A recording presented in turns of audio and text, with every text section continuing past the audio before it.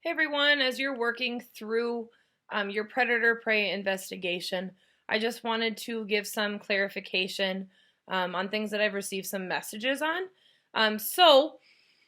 Working with your group, your first job is to figure out which independent variable you are going to use and what dependent variable you are going to use.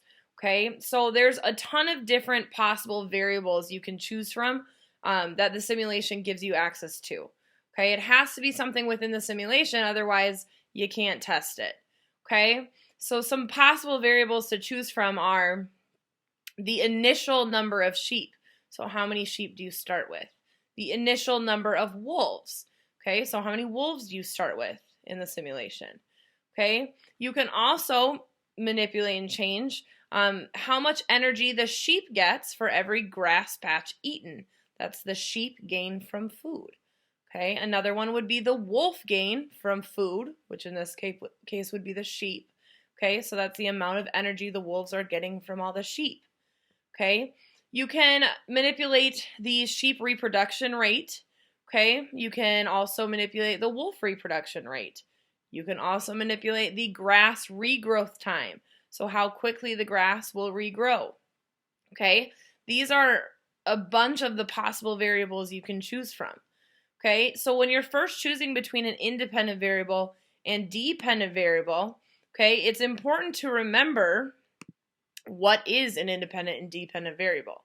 Okay, so first off, an independent variable is going to be the thing that you are manipulating, the thing you are changing in your investigation.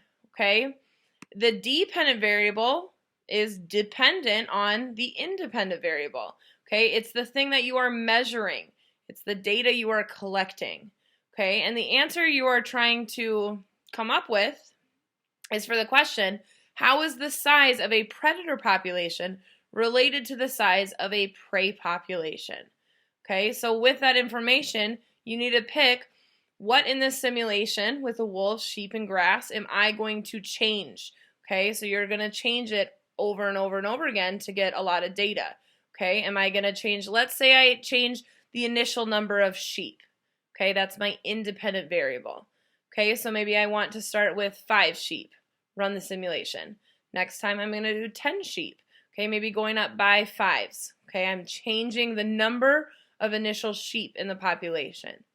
Okay, then I need to think about, well, if I'm changing the number of sheep that the simulation starts with, what can I measure that will help answer that question of how are predator populations related to prey populations?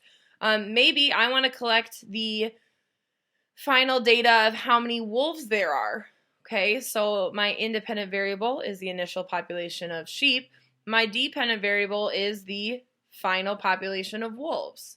Okay, maybe I want to collect both the final populations of wolves and sheep to show that relationship between the predators and prey. Okay, so that's the data that you would be collecting. Once you have figured that out, on your Google Slides, it first asks you to fill out 3 hypotheses. You do have to fill out all 3, but you're keeping your independent variable and your dependent variable constant. Okay, so the first one just says if my independent variable, so if the initial population of sheep increases, then dependent variable, which is the wolf population, would increase as well. That's one of your options for your hypotheses. The next one would be saying if the independent variable increases, the dependent would decrease. Okay? So you're just plugging in your independent and dependent variables there.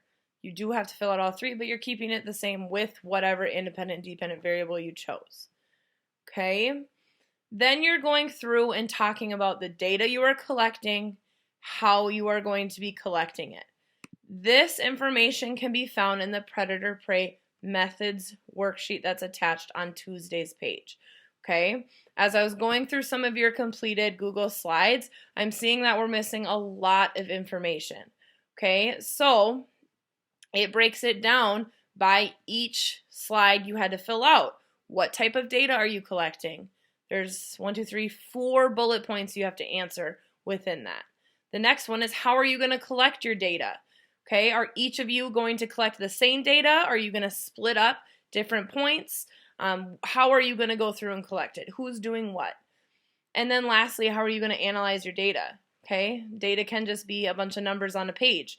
Okay, how are you going to use that information and apply it to answer that question of how is the size of a predator population related to the size of a prey population? Okay, so please make sure you are going back through Monday and Tuesday's pages. You are looking at those attachments, not only the directions, okay, but the methods sheet as well. They give you a lot of information. You just got to look through them while you're filling out that Google Slides. Okay, then you are going to be collecting data. Your group may decide to split up the data points. Maybe I'm going to do initial sheep populations 5 through 20, and my partner is going to do 25 through 50. Okay, maybe you want to break up the points so you get as much data as you can. Okay, you need to make those decisions as a group. If you have questions, please be specific with your questions and message me on Schoology. I understand that this is a kind of difficult activity to do. You're really kind of pushed to be creative and come up with this stuff on your own. And I know that's difficult for a lot of us. So please just bear with me. Message me if you have any questions.